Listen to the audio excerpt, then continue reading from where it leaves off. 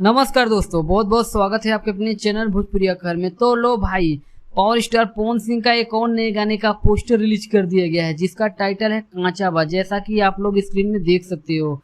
तो भाइयों, इस समय तो पवन भैया धमाल पे धमाल मचाए जा रहे हैं। तो दोस्तों आइए जानते हैं कि यह सॉन्ग कब और किस चैनल पर रिलीज किया जाएगा। तो दोस्तों वीडियो को लास्ट तक जरूर देखें और जो भी भाई हमारे चैनल को सब्सक्राइब नहीं किया वो चैनल को सब्सक्राइब कर ले। तो चलिए दोस्तों वीडियो को शुरू करते हैं।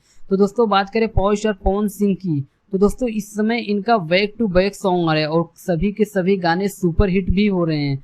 तो दोस्तों बात करें आज जो नया वाला गाने का पोस्टर आया है पावर स्टार पवन सिंह का, जिसका नाम है कांचा बा। तो दोस्तों इस गाने को गाए हैं पावर स्टार पवन सिंह और प्रियंका सिंह, और इस गाने में लिरिक्स दिए हैं प्रकाश बारूद, और इस गाने में म्यूजिक दिए हैं छोटे बाबा भासी।